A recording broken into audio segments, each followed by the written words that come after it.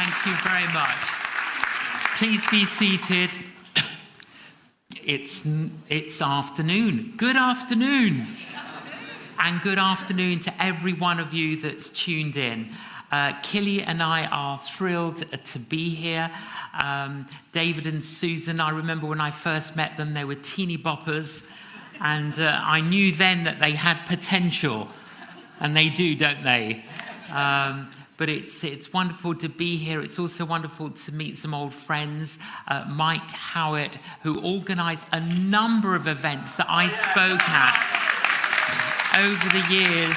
I mean, he organised these incredible events that, in fact, I've had these flashbacks of these amazing events.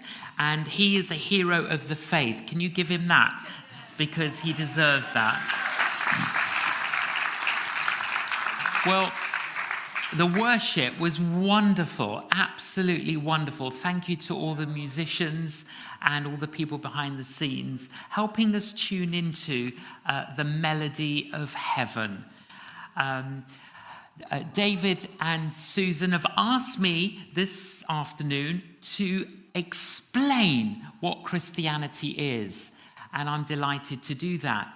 In my experience, as I've travelled around pretty extensively, around the UK and 69 other countries, I would say that a lot of people's understanding of Christianity is a misunderstanding. And that's why it's very, very important to know what it is that we actually believe. What is it that we believe when we say Christian? So I'm going to explain that to you now.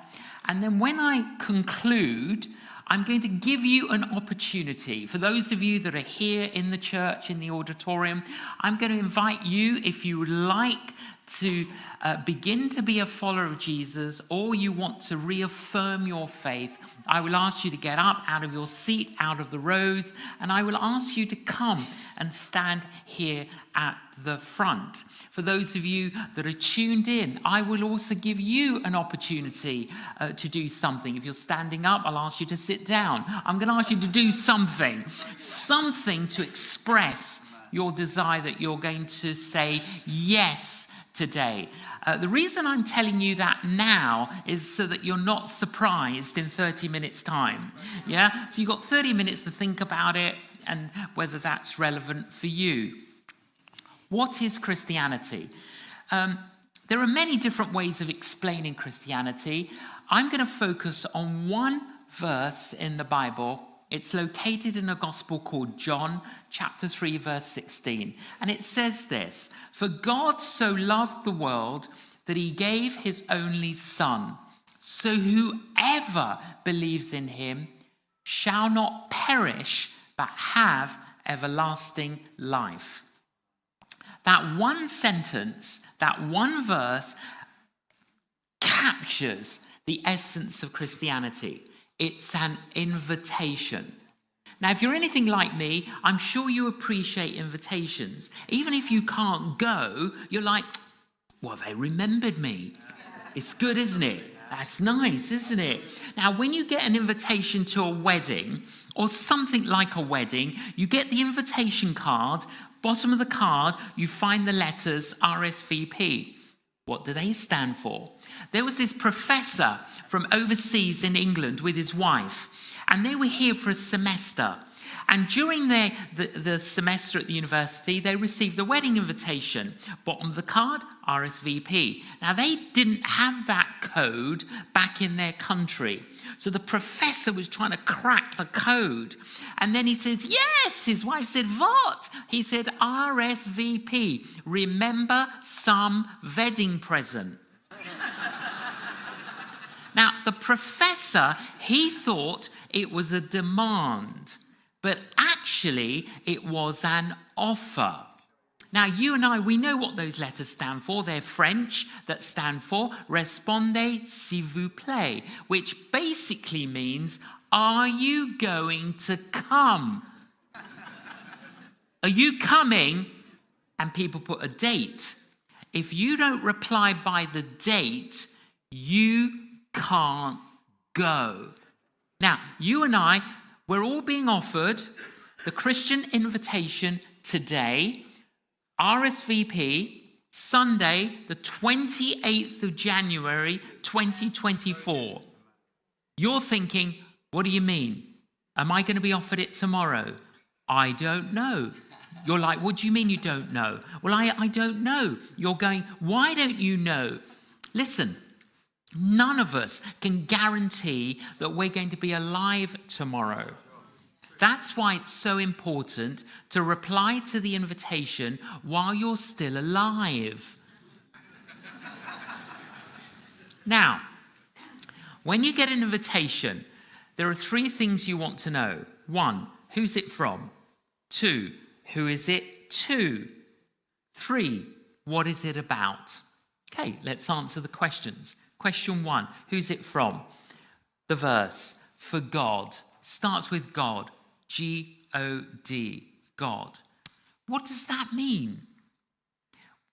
When the first Russian astronaut returned from space, first interview, first question, did you see God? He said, no, I did not. The Soviet Union at that time heralded this as proof that God didn't exist. When the first American astronaut returned from space, first interview, fourth question, did you see God? He said, I would have seen God had I stepped out of my spacesuit.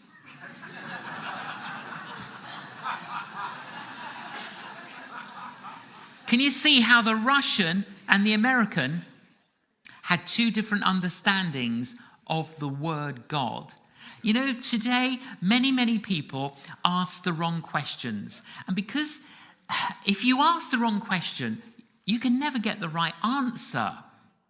So the right question to ask is, well, has God revealed himself? Has God spoken? Yes. According to the Bible, God has spoken.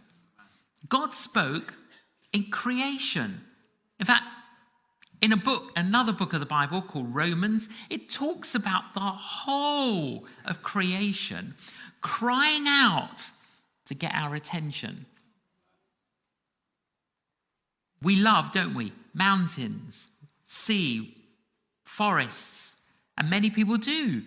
Oh, I love the forest, love to walk through the forest, love the mountains, love the sea, and ignore the Creator. Yeah.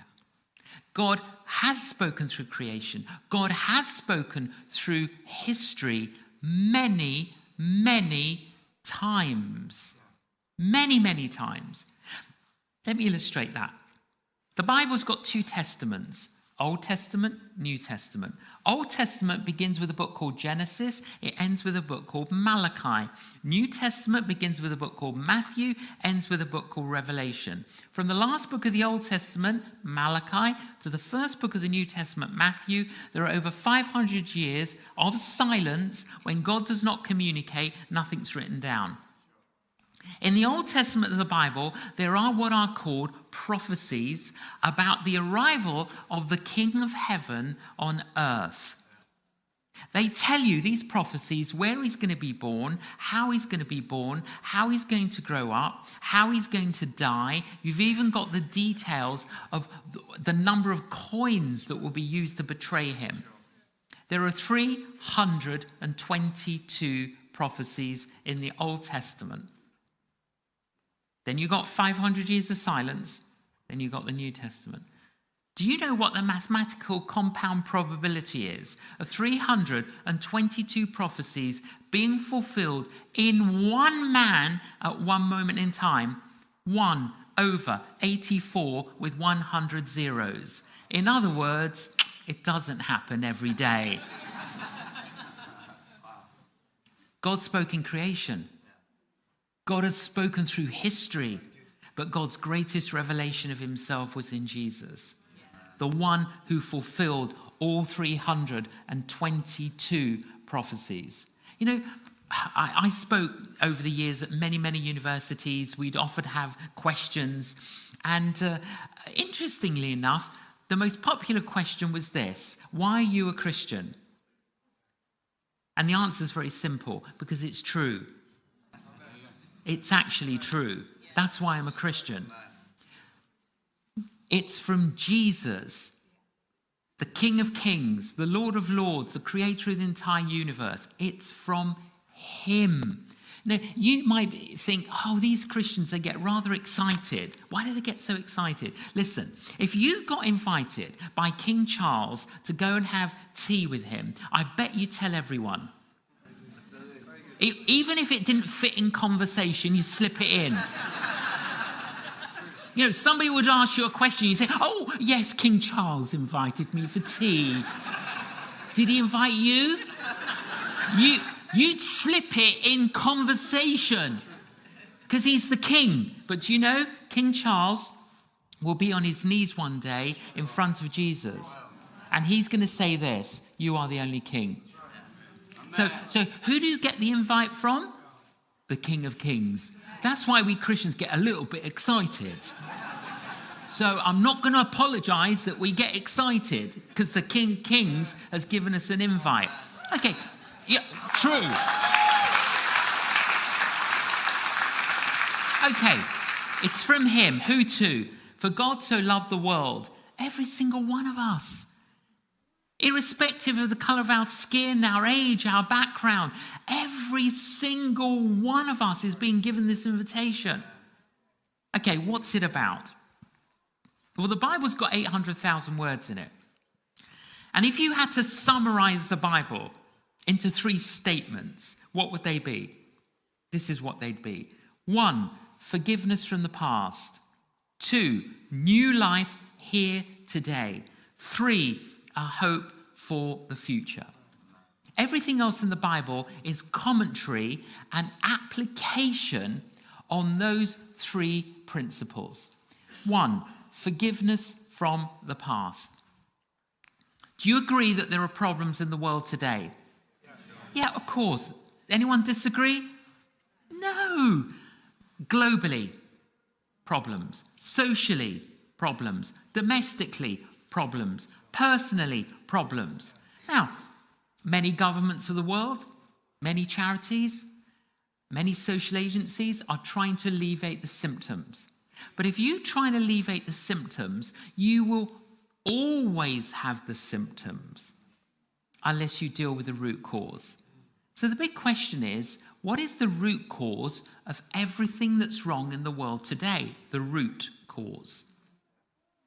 A mother says to her husband, oh, darling, look after Annie for me, their little daughter. I need to press on. The father said, of course, but he thought, what could he do to occupy her? He flicks through a magazine. He sees a map of the world. He has an idea. Says to his daughter, watch what I'm going to do. He cuts the map of the world into small squares and he muddles the squares on the floor. He says, Annie, I want you to put the squares back together again like a puzzle to make the map of the world. When you've done that, come and find me. So the father thought that would keep her busy. A couple of minutes later, Daddy, I've done it. He thought, she couldn't have done it, but let me go and have a look. Goes and has a look. All the squares are put in exactly the right place. He says, Annie, how did you know where to put the squares? Ah, she said, when you were cutting the map out, I looked on the other side and I saw a picture of a man and a woman. And I thought if I could put the man and the woman back together again, I could put the world back together again. You see, the heart of the human problem is the problem of the human heart. Go on, repeat that. The heart of the human problem is the problem of the human heart. Just say that to someone randomly, this week. You're getting your coffee from the coffee shop. Oh, by the way, did you know that the heart of the human problem is the problem of the human heart? And just see what their response is. And that's the problem. The heart of the human problem is the problem of the human heart. We will have a heart disease, a heart dis-ease. Now, the Bible word for that is sin. That's the actual word for it, sin.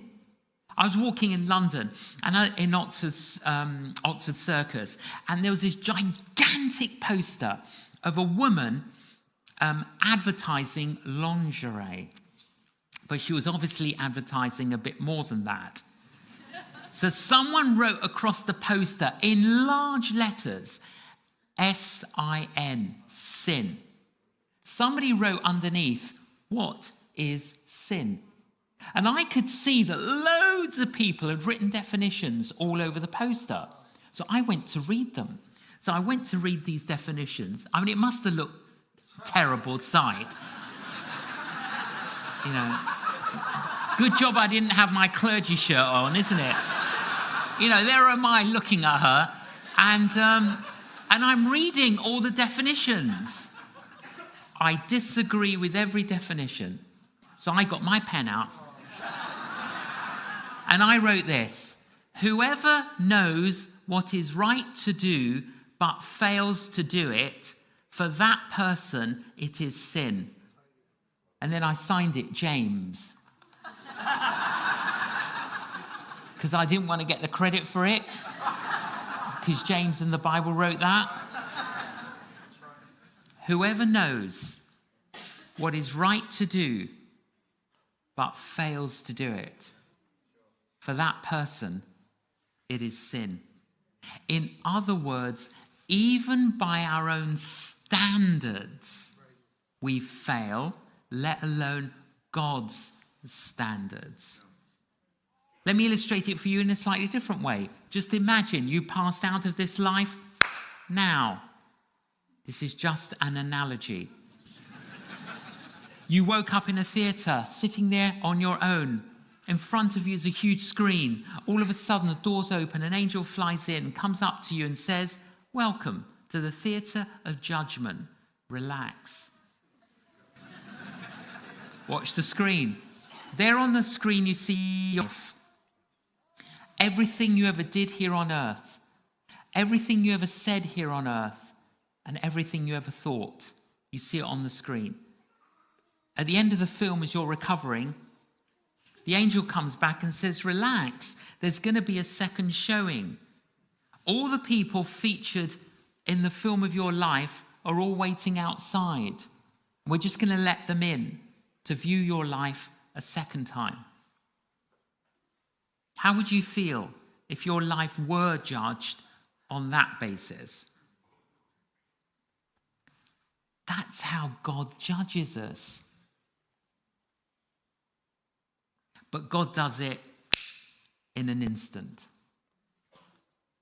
I don't know about you. Me, I would not want a private viewing. I don't want a private viewing, let alone a public viewing of my life. I don't need convincing. I've thought, said, done things that I shouldn't have. And there are things I should have done, but I didn't do. A lot of people think it doesn't matter, all that stuff. It does. Because all that stuff disconnects us from God. That's why God feels far away. And it works a little bit like an overdraft in a bank account. And if you have an overdraft and I have an overdraft, you can't help me, I can't help you. The only one who can help us is someone in credit. Jesus was the only one in credit. That's why Jesus came into this world to do something for us. There was a very renowned artist who went back to the very small rural community where he was born and brought up.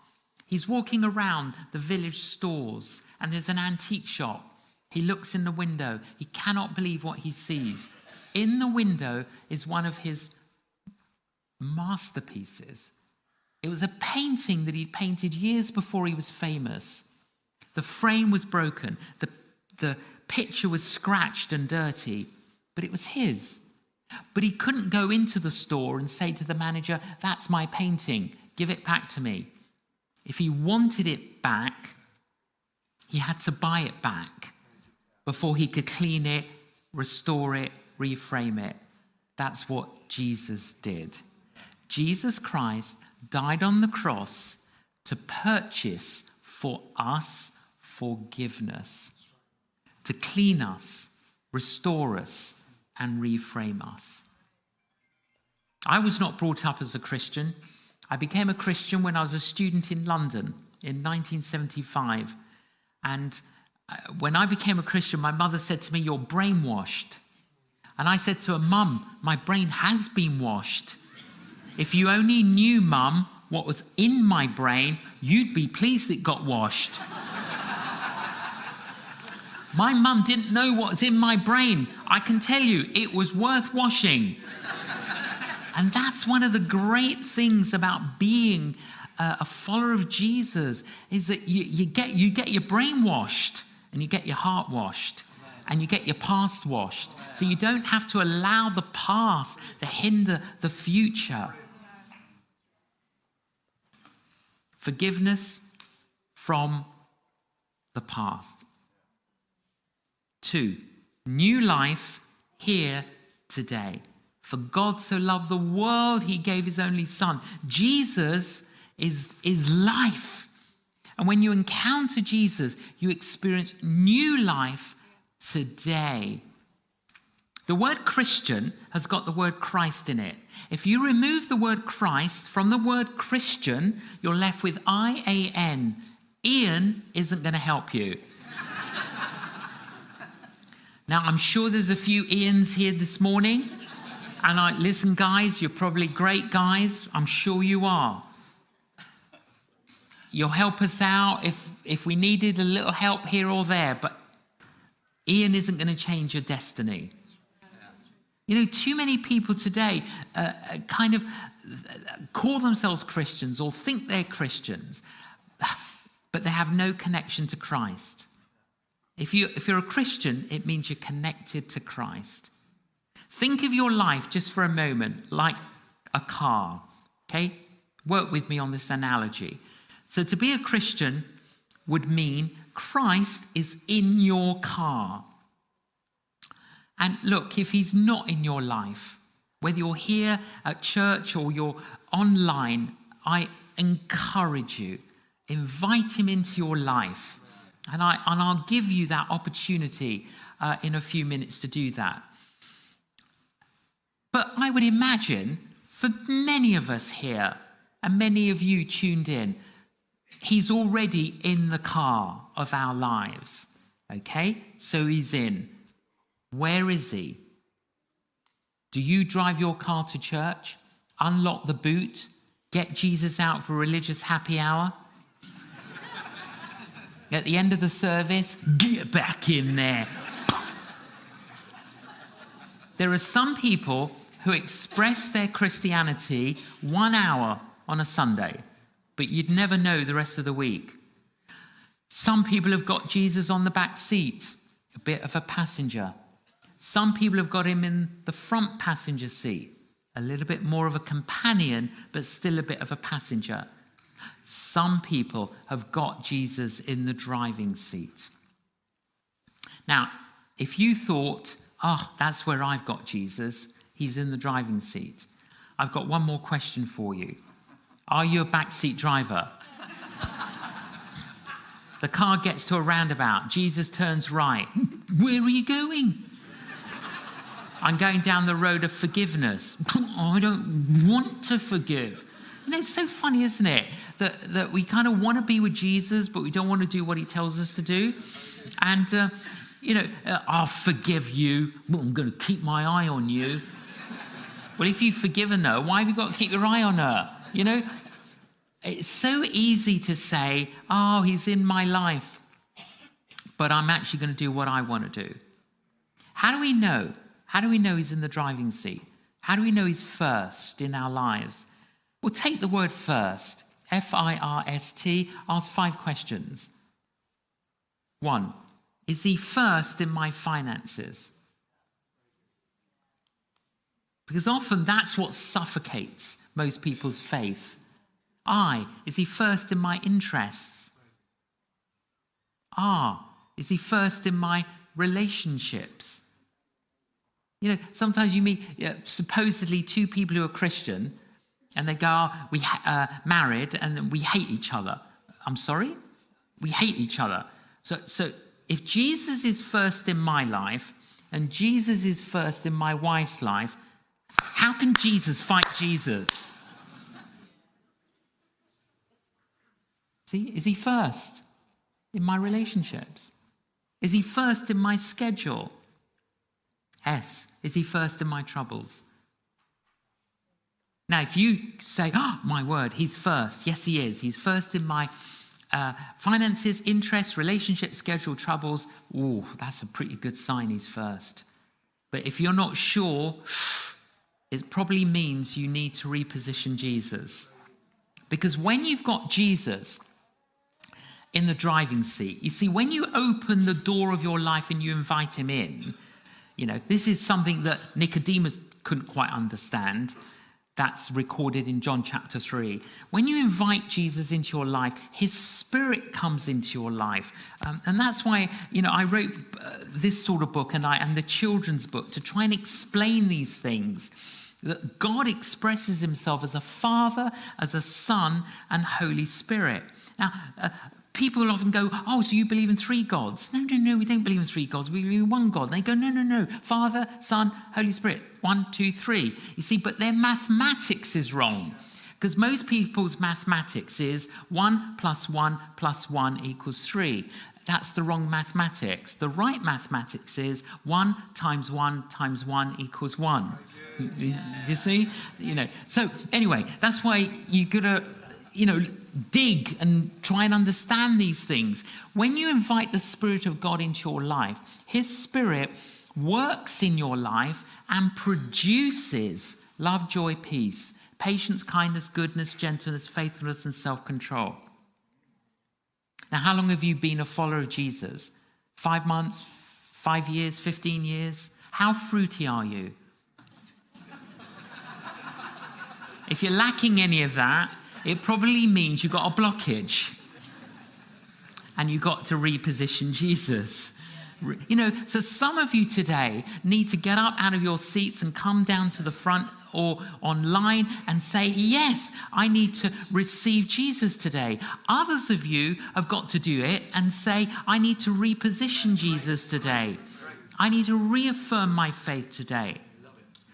Forgiveness from the past, new life today. Thirdly, a hope for the future. Back to our verse. For God so loved the world, he gave his only Son, so whoever believes, it's an active thing. You've got to believe. It's like you've got to cash the check. It's been signed by the blood of Jesus, but you've got to cash it. Yeah, for God so loved the world, he gave his only Son, so whoever believes in him shall not perish, but have everlasting life. Everlasting life. The Bible says that the length of a good life, this is very interesting. The Bible actually tells us the length of a good life. The length of a good life is 70 years and 10. That's 70 years. 70 years, according to the Bible, is the length of a good life. Okay, let's allocate 10 years per day of the week. Okay, 10 for Monday, 10 for Tuesday, 10 for Wednesday, 10 for Thursday, 10 for Friday, 10 for Saturday, 10 for Sunday. Okay, let's just journey my life. I've already walked through Monday, and I've walked through Tuesday, and I've walked through Wednesday, and I've walked through Thursday, and I've walked through Friday, and I've walked through Saturday. I know I'm looking good. I'm Sunday lunchtime. How's your weekend looking? Now, some of you are thinking, what about Grandad? He's older than that. Granny's older than that. That's right, because sometimes God gives us an extra bank holiday Monday. Sometimes God gives people an extra bank holiday Tuesday. Very few people get an extra Wednesday. But let's just say you get 70 years and 10, 70, and God chooses to give you an extra Monday, Tuesday, Wednesday, so you live 100 years. Do you realize that 100 years on earth it's just the blip? one blip on the eternal screen. He doesn't want us to perish.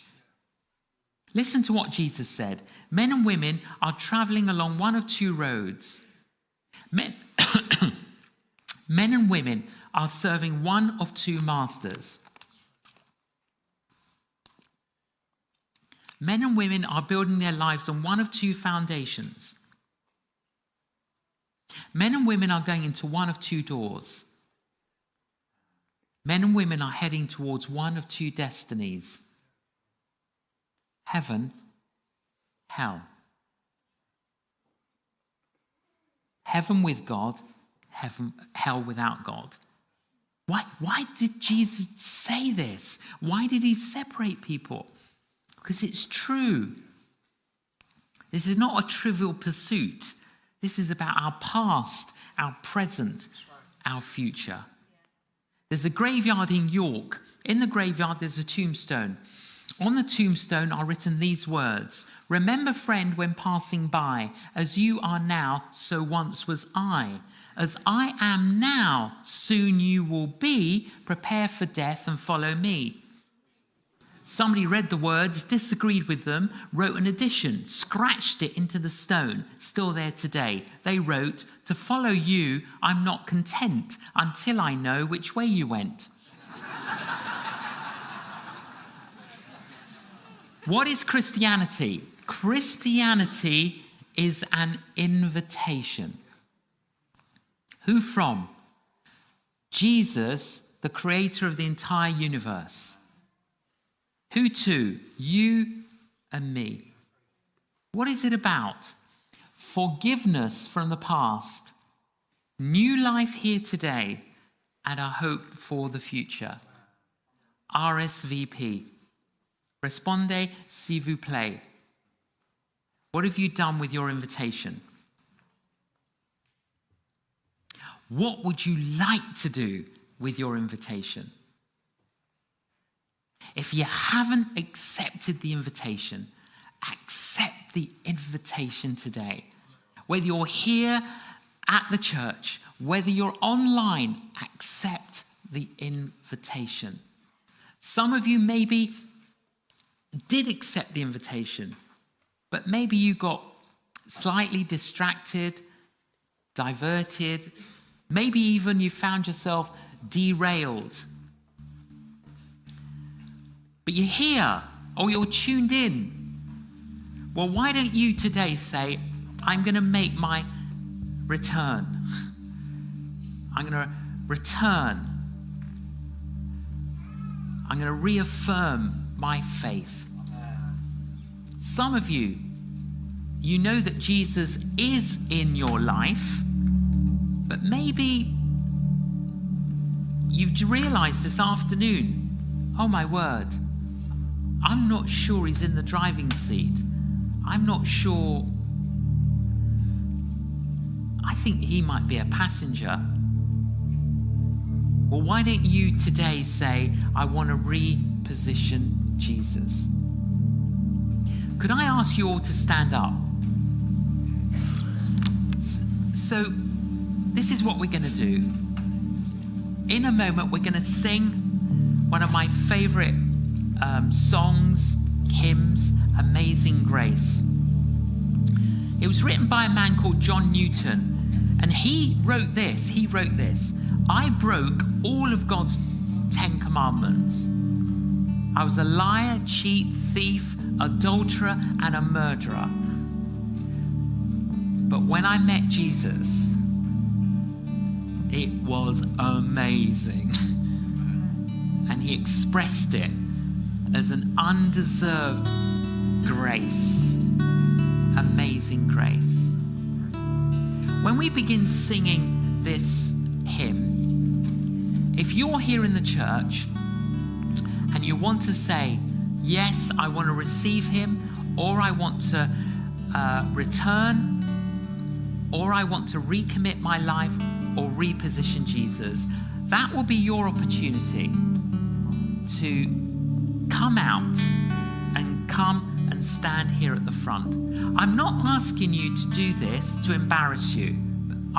that's not the reason I'm doing it. Do you know what I'm doing it for? I want you to stand up here in a church.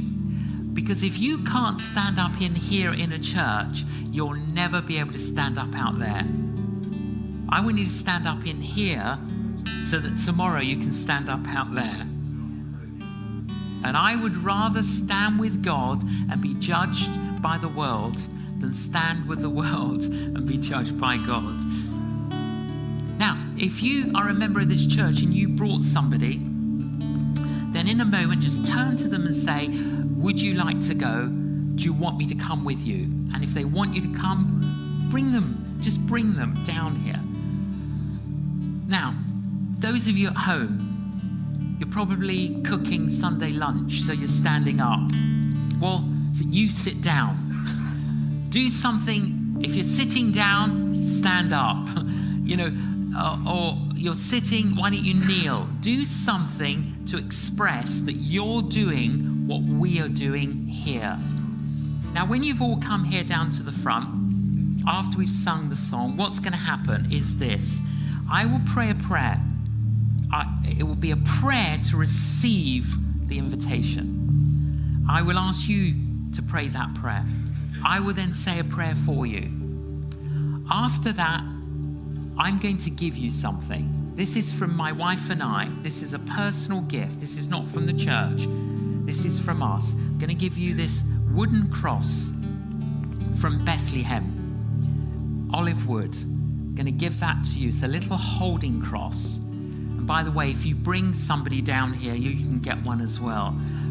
But the rest of you, you can't get one. No. But we want to give this to everyone here. Give you this little cross to remember your decision today, Sunday, the 28th of January, 2024. But more than that, to remember Jesus. I always carry my cross, always, in my pocket. And then we're going to give you a pack of resources, including a little book that I've written. And we're going to give that to you, and we're going to pray for you. That's it. That's all we want to do. Those of you at home that pray the prayer, we want to give you the cross, but you're going to have to let the church know that you prayed that prayer. And if you prayed that prayer and contact the church, then we'll be able to help you, as well as help you with this little resource pack. That's what we're going to do. So we're going to sing Amazing Grace. Oh, you're here. Amazing Grace. As we begin singing, please ask your guests. Please bring your guests down. Please come down now. Come. Amazing grace, how sweet the sound that saved a wretch like me.